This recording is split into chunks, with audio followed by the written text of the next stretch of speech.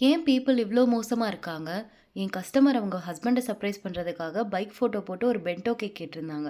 அவங்க கேட்டிருந்த மாரியே நம்ம ரெடி பண்ணி டெலிவரி குடுக்கறதுக்கு ரேப்பிடோ போட்டோம். ஆனா, அந்த ரேப்பிடோ டிரைவர் வாங்கிட்டு போயிட்டு காலே எடுக்கல. டெலிவரியும் பண்ணல. அவங்களும் ட்ரை பண்றாங்க, நானும் பண்றேன். யார் காலையுமே எடுக்கல.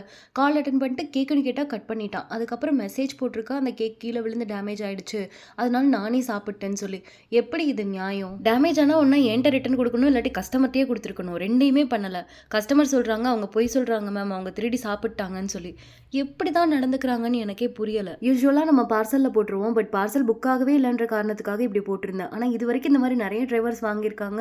ஒருத்தர் கூட இப்படி பண்ணதே கிடையாது. முதல் முறையா எனக்கு ஒரு வொர்ஸ்ட் எக்ஸ்பீரியன்ஸ். ரேபிடோல கம்ப்ளைண்ட் ரைஸ் பண்ணா அவங்க பார்சல் குடுத்து விட்டது உங்க தப்பு அப்படின்னு சொல்லி முடிச்சுட்டாங்க. ஸோ யோசிச்சு பாருங்க, அந்த ஆக்ஷனே அவ்வளோதான். திருடி தின்னவனுக்கு வேற எந்த பனிஷ்மெண்ட்டுமே கிடைக்க போறதில்ல. என் கஸ்டமருக்கு நான் ரிஃபண்ட் பண்ணிட்டேன். ஆனா கூட அவங்க அந்த நேரத்துக்கு சர்ப்ரைஸ் பண்ண முடியலல்ல. ஒரு ஏமாற்றம் தானே.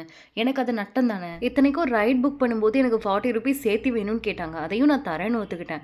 பின்ன எதுக்காக இந்த மாதிரியான ஒரு சில்லற வேலைய செஞ்சாங்கன்னு தெரியல. I am really disappointed. So home packers ட்ரஸ்டபிளான ஆப் ஏதாவது சூஸ் பண்ணுங்க. போர்ட்டர் இந்த மாதிரி பார்சல் சர்வீஸ் போடுங்க.